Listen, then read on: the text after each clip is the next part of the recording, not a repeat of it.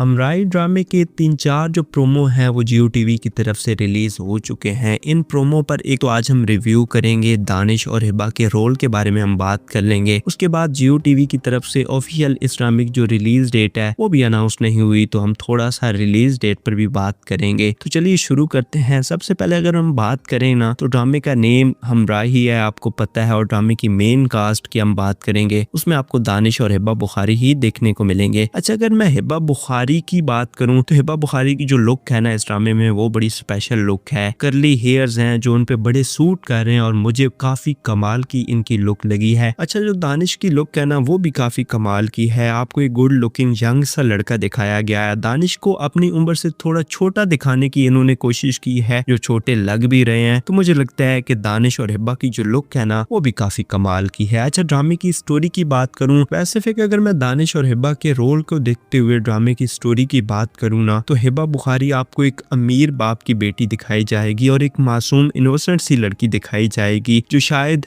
London में रहती है और स्टडी करती है। दानिश तैमूर भी बिल्कुल एक यंग इनोसेंट सा लड़का दिखाया जाएगा जो शायद लंदन में रहता है, स्टडी करता है या फिर बिजनेस करता है, जो भी। अच्छा, इनकी मुलाकात होगी शायद लंदन में किसी भी स्ट्रीट यानी किसी भी सड़क पर मुलाकात होगी। एक दूसरे को देखेंगे और एक दूसरे को पसंद करेंगे। इस तरह से इनकी लव स्टोरी जो है वो शायद आगे चलेगी और इनके दरमियान जो मोहब्बत है वो बहुत ज्यादा बढ़ जाएगी। फिर ये शायद पाकिस्तान आ जाएंगे, एक दूसरे की असलियत खुलेगी और इनको पता चलेगा कि जो हमारे दोनों खानदान मतलब हमारी जो फैमिलीज हैं वो आपस में बहुत बड़ी दुश्मनी रखते हैं और हम दोनों एक नहीं हो सकते। तो यहाँ से जो है वो मोहब्बत कुर्बान कर देंगे ये दोनों। हिबा बुखारी जो है वो अपनी फैमिली के लिए वो शायद जो है ना वो अपनी मोहब्बत की कुर्बानी दे देंगी और दानिश तैमूर जो है वो भी कुर्बानी दे देंगे अपनी मोहब्बत की। तो मुझे लगता है कि इस तरह से एक पेनफुल लव स्टोरी आपको ड्रामे में देखने को मिलेगी और ड्रामे की स्टोरी जो है वो कुछ इस तरह की होगी। बाकी दानिश और हिबा से हट के अगर मैं ड्रामे की स्टोरी की बात करूं तो आपको बड़ी दुश्मनी वाला ड्रामा दिखाया जाएगा। आपको हर एपिसोड में 5-6 बंदे 7-8 बंदे मरते हुए नजर आएंगे। तो मतलब फायरिंग